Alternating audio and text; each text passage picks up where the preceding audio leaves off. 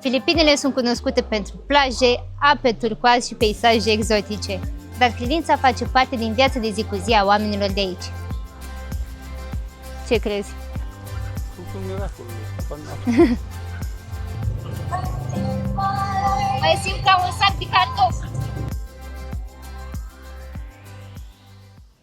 Bună ziua din Iloilo, cunoscut ca și orașul lui Dumnezeu datorită numeroaselor biserici. Am venit special aici ca să vizităm un anumit loc, așa că stați aproape ca să vedeți despre ce este vorba. Ca să ajungem aici, am luat un minibus din Mohon Terminal până în Miagao, care a costat 60 de pesos de persoană. Iar din Miagao până în San Joaquin am luat alt autobuz care a costat 30 de pesos de persoană. Teoretic sunt și autobuze directe, dar noi l-am greșit și așa am ajuns aici.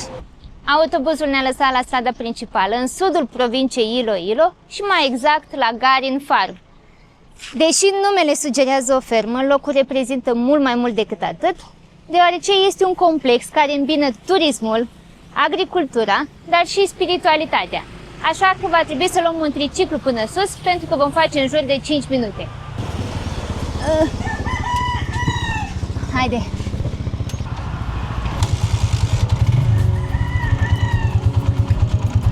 Cam mic pentru noi.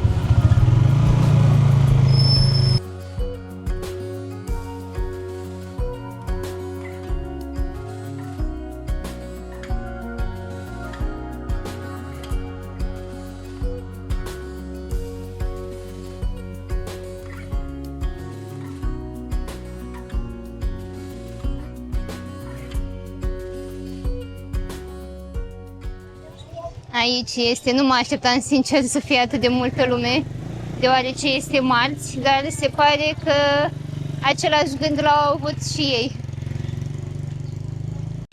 În fața fermei sunt și câteva tarabe cu băuturi, mâncare, suveniruri, dacă vrei să-ți cumperi ceva înainte să intri.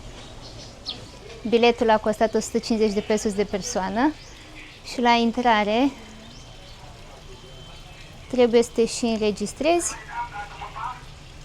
Ne scrii și pe mine? Da. Bine, hai. Trebuie să înregistrezi grupul.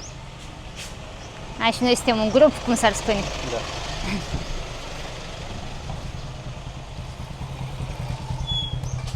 Foarte frumoasă intrarea.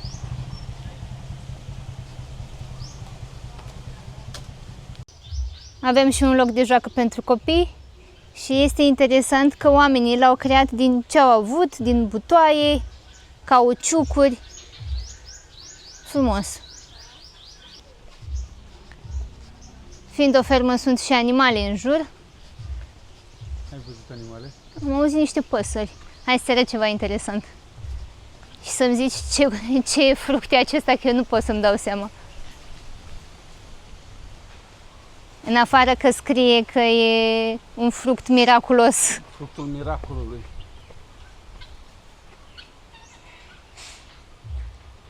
Ce crezi? Fructul miracolului. Habar n-am. Dar este interesant. Vrei să începem unul? Nu. A, uite aici. Animăluțele. Potârnichi?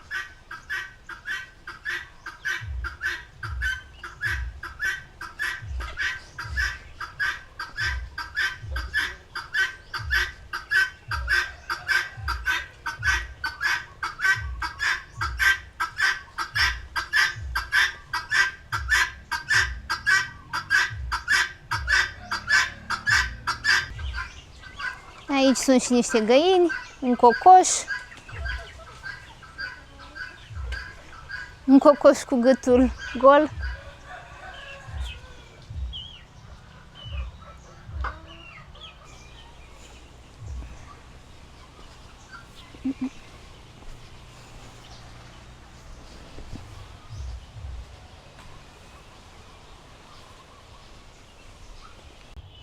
Superb arcada aceasta de flori. În România, cu siguranță, aveam struguri în loc.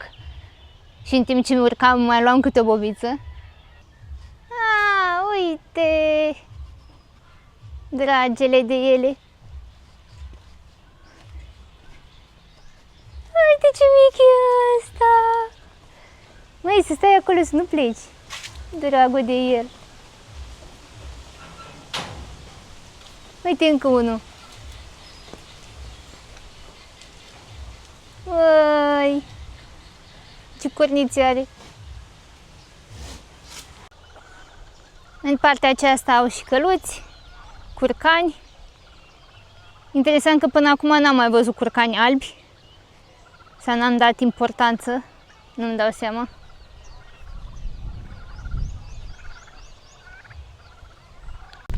Observ că și curcanii și porumbeii sunt albi și se potrivesc cu spiritualitatea acestui loc. Mă gândesc că au fost aleși intenționat. Nu? Ce crezi?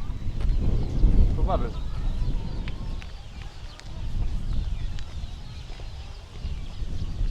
Sus sunt niște căsuțe, niște clădiri care se pot închiria. Ne-am uitat și noi să închiriem o cameră aici, dar am decis că e mai bine să stăm în oraș și să venim aici doar în ziua în care vrem să vizităm. Pe lângă scări sunt și copaci de frangipani, cu florile acestea roz superbe.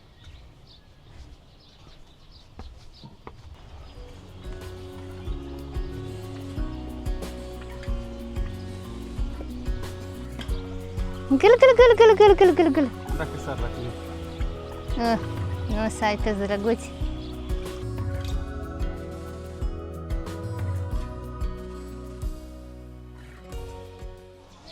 Iar la intrare este și un mesaj interesant. Dacă vrei să trăiești pentru totdeauna, hrănește-ți sufletul și urci scările. Și dacă vrei să trăiești mai mult, hrănește-ți corpul și faci o referire la restaurant. Intrarea a fost făcută intenționat mai joasă, ca să te apleci divinității.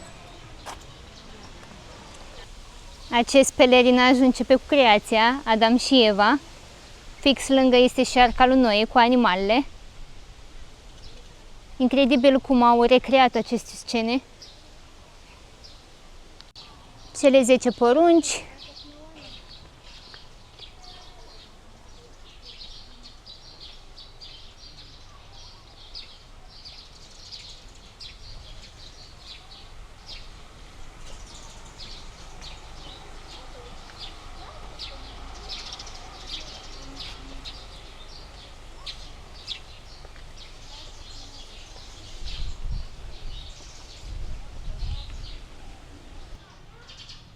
Se pare că arca încă nu este terminată.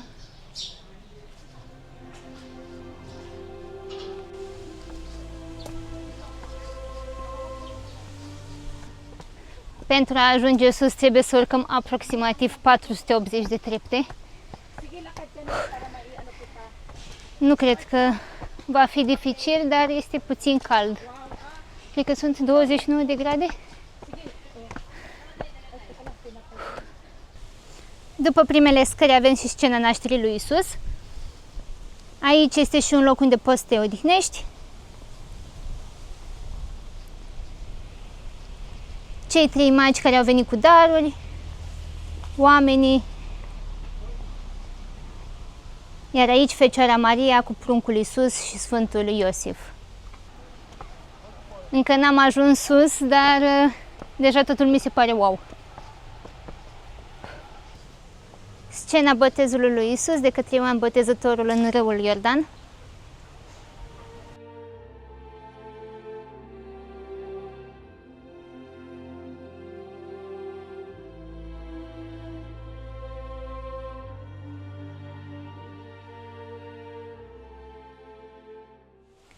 Intrarea lui Isus în Ierusalem, cunoscută ca și Duminica Floriilor. Oamenii îl întâmpină cu bucurie, iar unii turiști văd că au aruncat și bănuți în fața lui.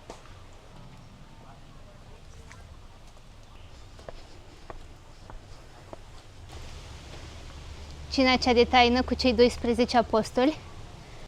Un moment al conștientizării, al despărțirii și al promisiunii. Se pare că și aici turiștii aruncă bani. Interesant cum au pus acele bare de metal ca să simbolizeze aura din jurul lui Isus. Nu mai este mult, aproape am ajuns.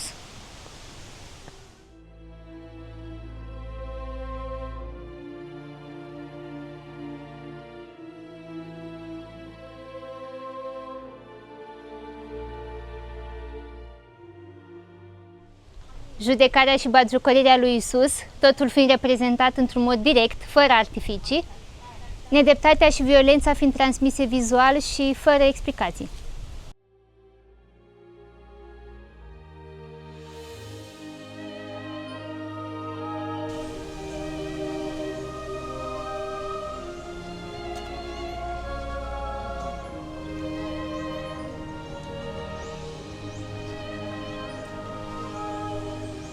Răstignirea lui Isus, una din cele mai puternice scene de pe traseu.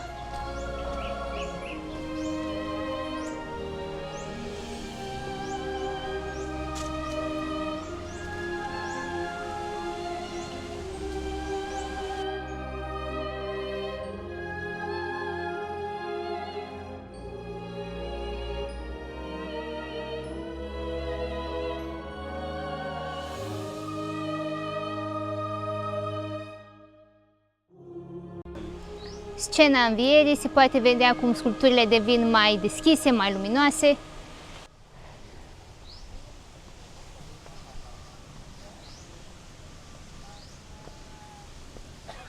Și ultima scenă, înălțarea.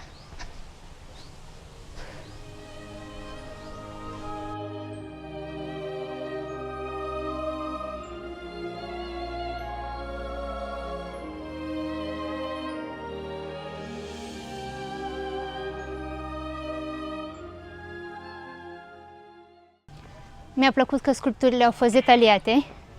Acesta va fi ultimul loc din pelerinajul nostru și vom trece printr-un tunel care simbolizează purgatorul, ca ultima parte să fie raiul.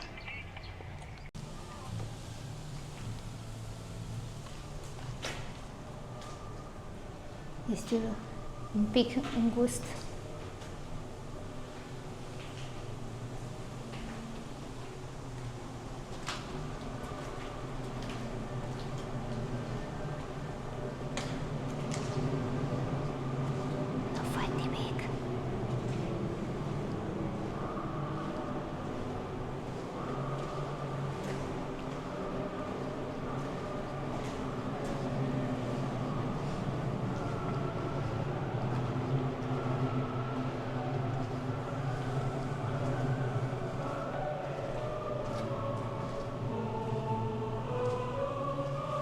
Wow!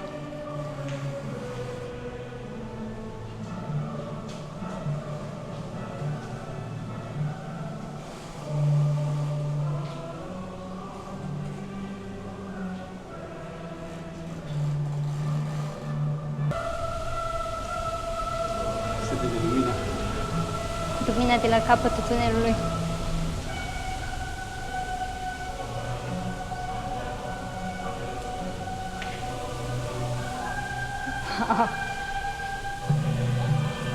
Ai nevoie de ochelari?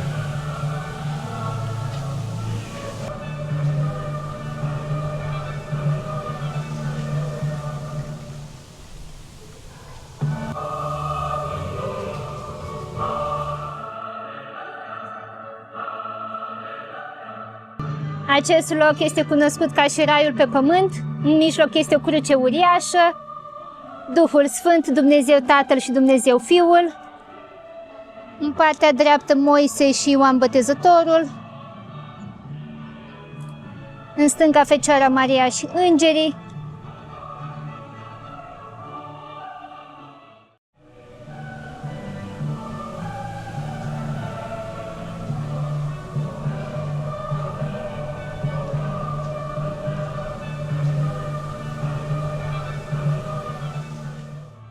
Arată incredibil, așa-mi imaginez și eu că arată raiul, probabil și din cauza că am văzut imagini similare în Tom și Jerry.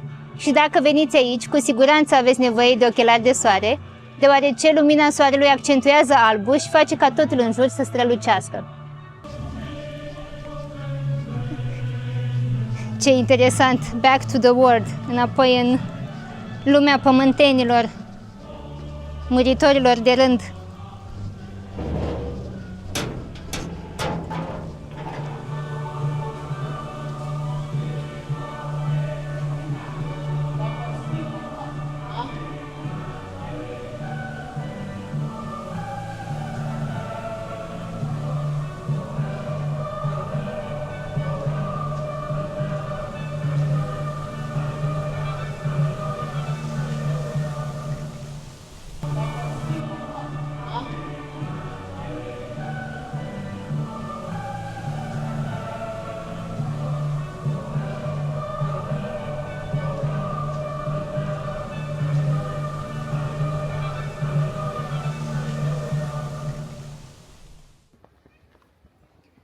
Îți fac cinste cu o cola rece, Laurențiu. Abia aștepți. Este foarte cald.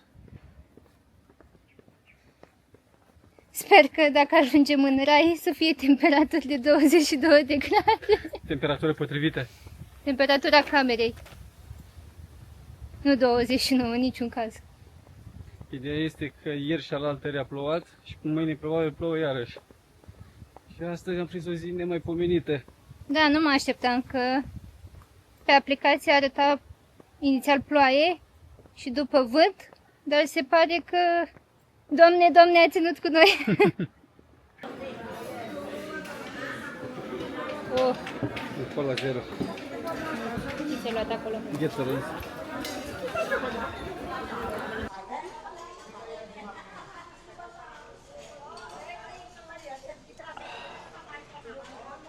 Extrem de cald. Pe un Gatorade și un Cola Zero am plătit 135 de pesos. Destul de bine, ținând cont că suntem aproape de rai. Filipinele sunt cunoscute pentru plaje, ape turcoaz și peisaje exotice, dar credința face parte din viața de zi cu zi a oamenilor de aici. Astăzi o să explorăm credința din Iloilo, nu din cărți, ci din locuri care spun povești total diferite. Așa că acum ne îndreptăm spre biserica Miagao. Aici au iepurași. I-am ratat când am venit. Nu am văzut. Oare avem voie să intrăm aici? Ce drăguț au pui! Nu am ce să-ți dau, măi. Morcov apetisant, o sălățică. Da, mai au apă, te rog. Și până jos, bineînțeles că trebuie să luăm tot un triciclu. Am uitat să precizez că costă, cât ai dat pe el? 50 de pesos? 50 de pesos pe o tură.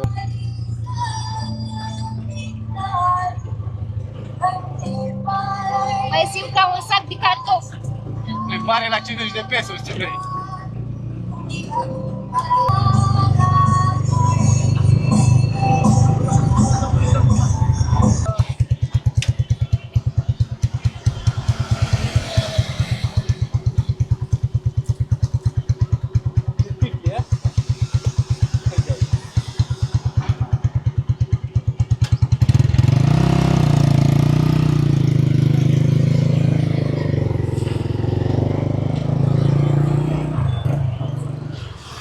Domnul ne-a lăsat la strada principală, aici trebuie să așteptăm autobuzul care ne va duce în Miagao. Numai că nu știu în cât timp. Teoretic nu avem cum să dăm greș, deoarece este o singură stradă. Trebuie doar să fim atenți ca să-i facem semn. N-am așteptat foarte mult. Ne-am mișcat rapid.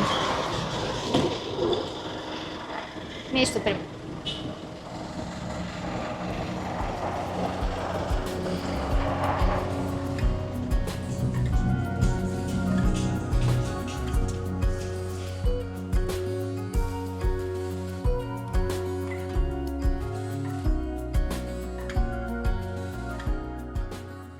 Aceasta este una din cele mai importante biserici istorice din Filipine, iar numele ei oficial este Santo Tomas de Villanueva Parish Church, majoritatea oamenilor cunoscând-o ca Miagao Church. Biserica a fost construită la sfârșitul secolului al XVIII-lea, într-o perioadă în care zona era frecvent atacată de pirați și invadatori. Din acest motiv nu a fost construită lângă mare, cum se întâmpla de obicei, ci în cel mai înalt punct al orașului ca să fie apărată ușor. Pereții groși de piatră și turnurile masive nu sunt doar elemente decorative. Ele aveau un rol clar defensiv, biserica funcționând și ca un refugiu pentru localnici în perioadele de pericol. Structura actuală, finalizată în 1797, este a treia biserică ridicată pe acest loc, celelalte fiind distruse de-a lungul timpului de războaie, incendii și cutremure. Materialele folosite în construcție sunt puțin neobișnuite, coral, calcat și chiar ou în compoziția mortarului, acestea au dat o culoare caldă bisericii și au contribuit la rezistența ei în timp. Acum că mă uit la pereți, sunt poroși ca și cum ar fi niște bureți. Cel mai spectaculos element este fațada. În centrul ei se află un basorelief impresionant, unde se îmbină influențe spaniole, locale și asiatice. Un detaliu care atrage imediat atenția este copacul de cocos, reprezentat ca arborele vieții de care se sprijină Sfântul Cristofor. Acesta este îmbrăcat în haine tradiționale locale și îl poartă pe pruncul Iisus, un simbol al adaptării creștinismului la cultura locală.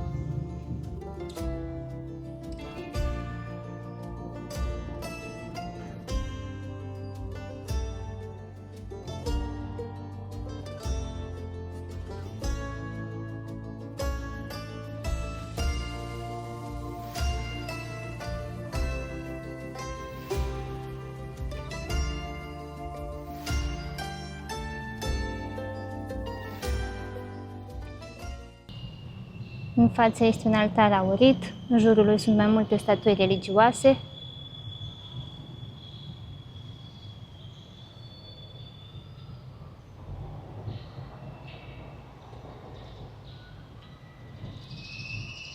Băncile din lemn. Aceasta nu este doar o biserică frumoasă, ci un simbol al supraviețuirii credinței și al modului în care cultura locală și religia s-au împletit într-un loc care a rezistat mai bine de 200 de ani. Un lucru pe care l-am observat aici în Filipine este că sunt cruci și icoane peste tot, în hoteluri, magazine, mașini și chiar pe scutere. Iar unii dintre ei, de fiecare dată când trec prin fața unei biserici, le ating și își fac cruci. V-am spus, credința face parte din viața oamenilor. Încheiem vlogul de azi aici, mulțumim că ați fost alături de noi și v-am pupat!